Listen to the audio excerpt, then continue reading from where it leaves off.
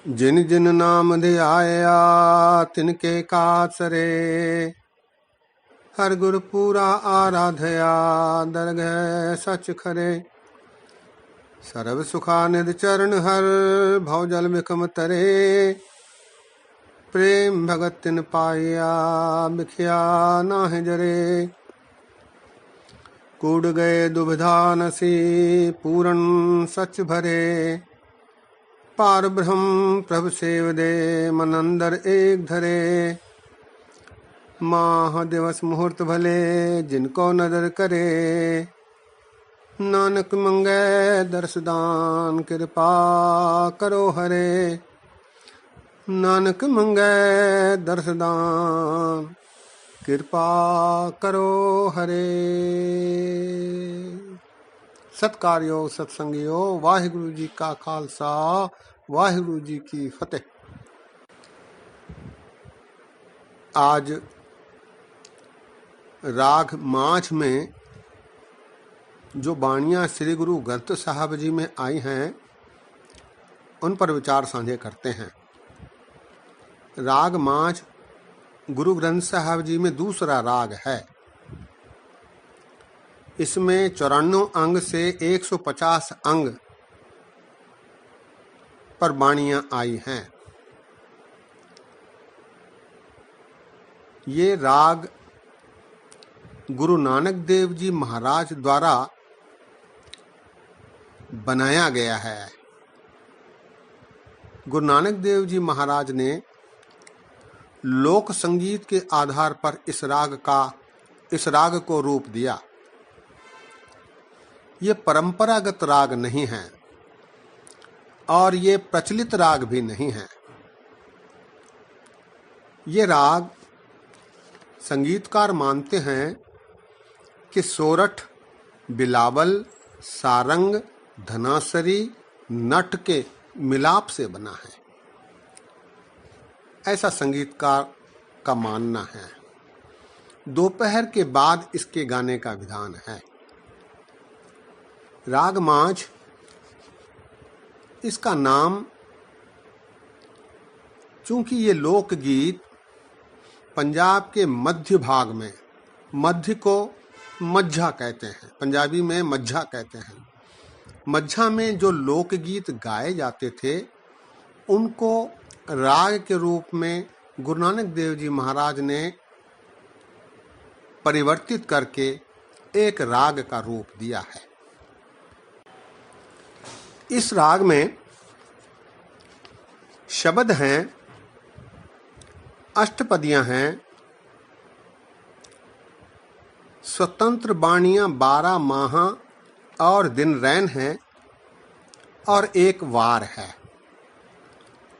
इस प्रकार राग माझ में बाणियां हैं। राग माझ में भक्तों की बाणी नहीं है। सबसे पहले शब्द हैं। कुल 50 शब्द राग माझ में हैं। इनमें रामदास जी के साथ और श्री गुरु अर्जन देव जी महाराज जी के 43 शब्द हैं। पहला शब्द है,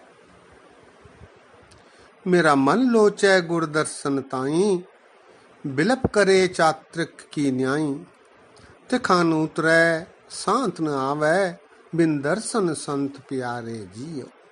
ये गुरु अर्जन देव जी महाराज जी का पहला शब्द है। इसी प्रकार एक और शब्द आया है, तू सांझा साहब बाप हमारा, नौ निध भरे तेरे भंडारा, जिस तू दे सो तिपत अघावै, सोई भगत तुम्हारा जियो। इसी प्रकार एक और शब्द आया है, झिमझिम वर्षै अमृत धारा, मन पीवै सुन शब्द विचारा, अनद विनोद करे दिन राती, सदा सदा हर केला जियो। एक और शब्द इस प्रकार है, अमृत बाणी हर हर तेरी, सुन सुन होवे परमगत मेरी, जलन बुझी शीतल होए मनवा, सदगुर का दर्शन पाए जियो। ऐसे ही एक और शब्द है, तू मेरा पिता तू है मेरा माता, तू मेरा बंधव तू मेरा भ्राता, तू मेरा राखा सबनी थाई, ताभों के हा काड़ा जियो। इस प्रकार 50 शब्द राग माझ में हैं। अष्टपदियों में कुल 39 अष्टपदियां राग माझ में आई हैं। नानक देव जी की 1, अमरदास जी के 32, रामदास जी की 1 और अर्जन देव जी महाराज जी के 5। नानक देव जी की 1, अमरदास जी के 32, रामदास जी की 1 और अर्जन देव जी महाराज जी के 5 अष्टपदियां हैं। एक अष्टपदी की पंक्ति कुछ इस प्रकार है, अमृत बाणी गुर की मीठी, गुरमुख विरले किन्ने चख डीठी, अंतर परगास महारस पीवै, द सच्चे शब्द बजावणिया। इस प्रकार अष्टपदियां हैं। 50 शब्द और 39 अष्टपदियों के बाद स्वतंत्र बाणी आई है 12 माहा। यह गुरु अर्जन देव जी महाराज जी की बाणी है। वास्तव में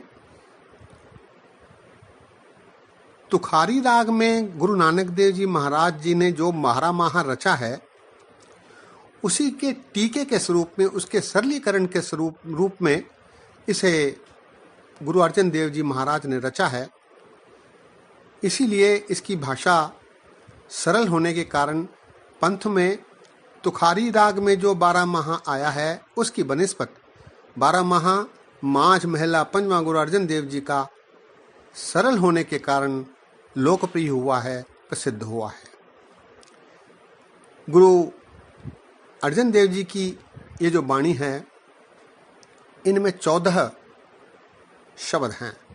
पहले शब्द में मंगलाचरण है, अगले 12 में 12 महीनों का विवरण है और अंत में निष्कर्ष है। दास ने अभी आरंभता में उस शब्द को पढ़ा है, जिन जिन नाम ध्याया तिन के काज सरे, हर गुरु पूरा आराध्या, दरगह सच घरे सच खरे, सर्व सुखा निधि चरण हर, भौजल बिखम तरे। इस प्रकार 12 माह में गुरु अर्जन देव जी महाराज ने जहां ऋतुओं का वर्णन किया है, वहीं हर माह के साथ साथ पंजाब में कृषि, दूध, पानी के महत्व को उन्होंने साथ ही साथ दर्शाया भी है। प्रत्येक ऋतु, प्रत्येक माह किस प्रकार प्रभु भक्ति के लिए उपयोगी हो सकता है, इसकी विस्तार से चर्चा गुरु अर्जन देव जी महाराज ने 12 माह में की है। 12 माह के बाद एक संक्षिप्त वाणी आई है, दिन रैन। इसमें 4 शब्द हैं। दिन रैन को किस प्रकार प्रभु भक्ति में लीन किया जा सकता है, इसका संक्षिप्त संकेत महाराज ने दिया है। महाराज कहते हैं, अज्ञानता मोह का अंधेरा दूर करने वाले परमेश्वर, ये मेरी मनोरथ है कि मैं तुझसे दूर हो गया हूँ, मुझे अपना सानिध्य दे, तेरे चरणों की धूल दे, ताकि मैं तृप्त हो सकूं। संक्षिप्त सी ये वाणी है। इसमें एक पंक्ति आई है, सेवी सदगुर आपना हर सिमरी दिन रैन। सेवी सदगुर आपना हर सिमरी दिन रैन। अंत में वाणी आई है, वार। इसका सिरलेख है, वार माझ की तथा सलोक महला पहला, मलक मुरीद तथा चंद्रहड़ा सोहिया की धुनि गावनी।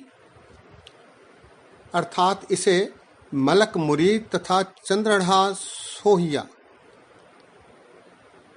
की धुनि में गाने का विधान गुरु अर्जन देव जी महाराज ने रखा।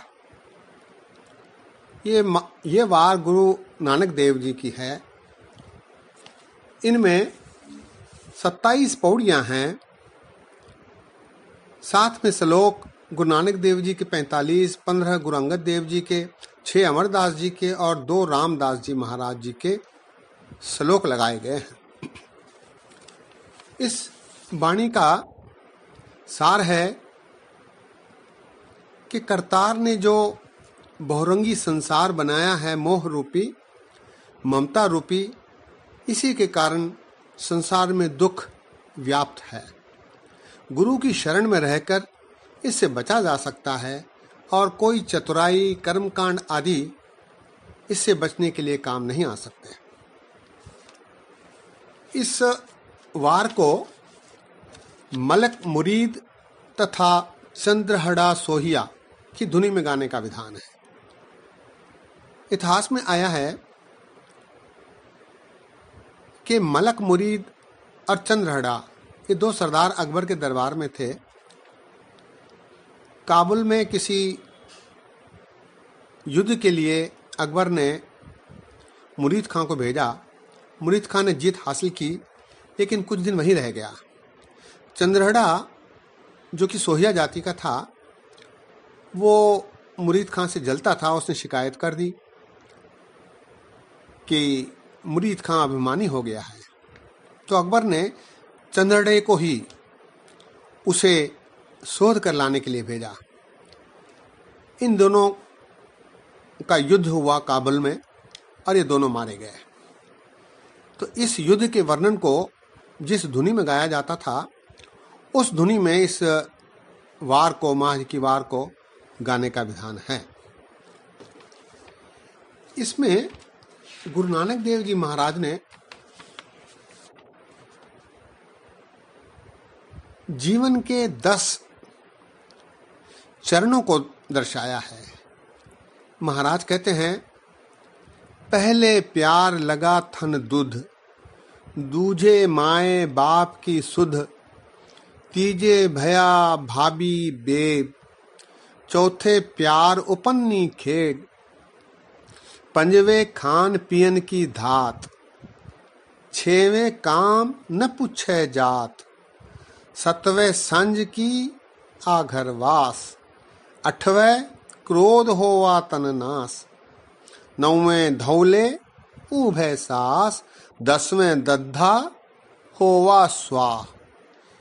इन 10 पंक्तियों में जीवन कैसे उत्पन्न होता है और उसका अंत होता है, इसका चित्रण सुंदर ढंग से गुरु नानक देव जी महाराज ने किया है। वार के श्लोकों में गुरु नानक देव जी महाराज ने सामाजिक चेतना, हिंदू मुसलमान के किए जा रहे कर्म कांडों पर कटाक्ष किया है। नमाज के बारे गुरु नानक देव जी फरमा रहे हैं, पंज निवाजा वक़्त पंजा पंजे नाव, पहला सच हलाल दोए, तीजा खैर खुदाए, चौथी नीयत रास मन, पंजवी शिफत सनाए, करनी कलमा आख कै त मुसलमान सदाए, नानक जेते कूड़ियार कूड़ी कूड़े पाए। इस प्रकार वारों में गुरु नानक देव जी महाराज ने हिंदू और मुसलमान दोनों ही इनके किए जा रहे कर्म कांडों का निषेध किया है। आइए, राग माझ में जो एक शब्द आया है, जिस पर हमने पहले भी विचार साझे किए हैं, संक्षिप्त रूप से उस शब्द पर विचार साझे करते हैं। ये शब्द गुरु अर्जन देव जी महाराज जी का है, जो कि ऐतिहासिक पृष्ठभूमि भी रखता है। गुरु रामदास जी महाराज ने जब गुरु अर्जन देव जी महाराज गुरु नहीं बने थे, उन्हें लाहौर में किसी विवाह में शामिल होने के लिए भेजा और ताकीद की कि जब तक बुलाया नहीं जाए वो वापस न आए। महाराज गुरु अर्जन देव जी अपने गुरु रामदास जी के दर्शन के बगैर विचलित होते रहे, तो उन्होंने चिट्ठी भेजी। जो 4 चिट्ठियां उन्होंने भेजी, उन चौपदों को एक शब्द के रूप में गुरु ग्रंथ साहब जी में स्थान दिया गया है। शब्द है माज महला पंजवा चौप दे घर पहला। मेरा मन लोचै गुर दर्शन ताई, बिलप करे चात्रिक की न्याई। तिखा न उतरै सांत न आवे, बिन दर्शन संत प्यारे जियो। गुरु अर्जन देव जी महाराज कर रहे हैं कि आपके दर्शन के बिना मैं तृप्त नहीं हो पाता। जिस प्रकार चात्रिक पक्षी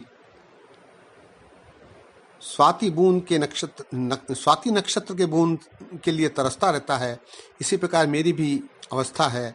मैं आपके दर्शन के बिना तृप्त नहीं हो पा रहा हूँ। हौ घोली जियो घोल घुमाई, गुर दर्शन संत प्यारे जियो। अगली पंक्ति में तेरा मुख सहावा जियो, सहज धुन बानी, चिर होवा देखे सारंग तानी। धन सुदेश जहां तू वसिया, मेरे सज्जन मीत मुरारे जियो। हौ घोली हौ घोल घुमाई, गुर सज्जन मीत मुरारे जियो। आपका मुख सुहावना है, आपकी वाणी सहज है, आपको देखे एक चिरकाल हो गया है।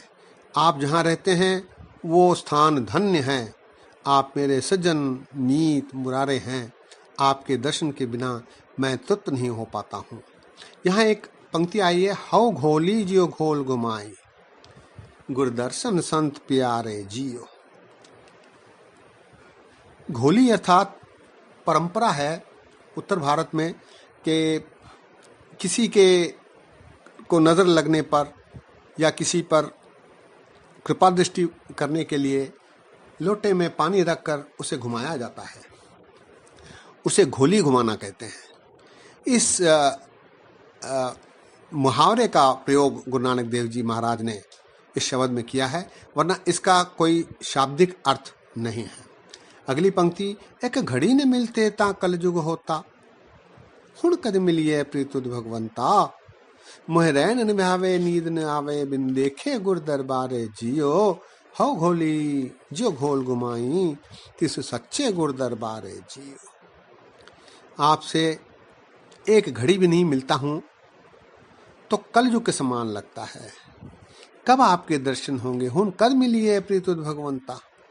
मोह रैन न भावे, मुझे नींद नहीं आती, रात गुजरती नहीं।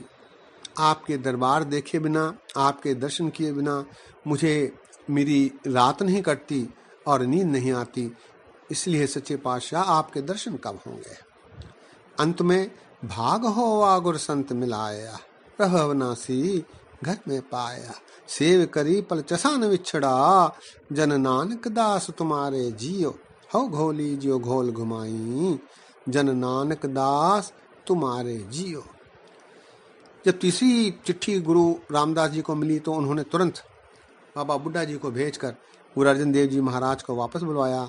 तब गुरु के दरबार में ये पंक्तियां महाराज ने उचारी थी, भाग हो आ गुर संत मिलाया, अवनासी घर में पाया। सेव करी पल चसा न विछड़ा, पल चसा कहते हैं क्षण को। जन नानक दास तुम्हारे जियो। इस प्रकार गुरु अर्जन देव जी महाराज ने गुरु रामदास जी के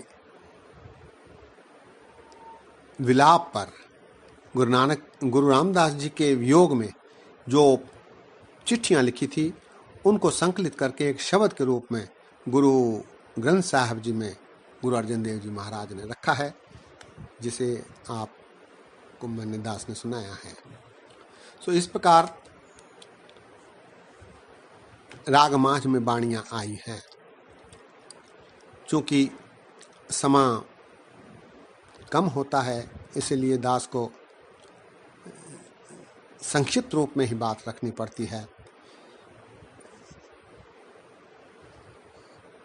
आइए कल राग गौड़ी में जो बाणियां आई हैं उन पर विचार साझा करेंगे। राग गौड़ी में श्री गुरु ग्रंथ साहब जी में जो रागों में बाणी आई है उनमें सबसे अधिक बाणी राग गौड़ी में है।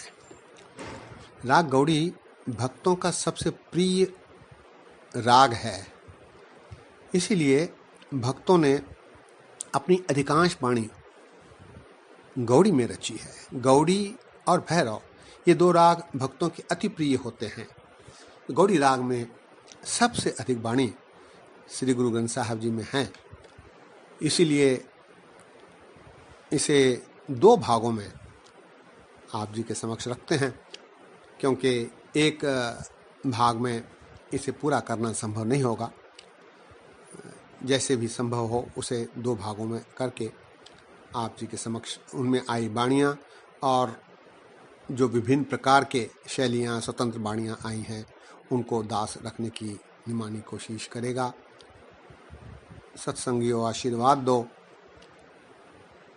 कि ये काम सिरे चढ़े, ताकि प्रत्येक राग में जो बाणियाँ आई हैं उनमें से कुछ शब्दों का उल्लेख भी किया जा सके, ताकि प्रत्येक राग में जो बाणियाँ हैं वो हम सब जान सकें। दास के इतने वचन प्रमाण करो, अनेक गलतियाँ हुई हैं, दास को अनजान जानकर क्षमा बख्शो और आशीर्वाद दो कि सारे रागों में जो बाणियाँ आई हैं उन पर हम सभी मिलकर विचार साझे कर सकें। फतेह गजाओ। वाहिगुरु जी का खालसा, वाहिगुरु जी की फतेह।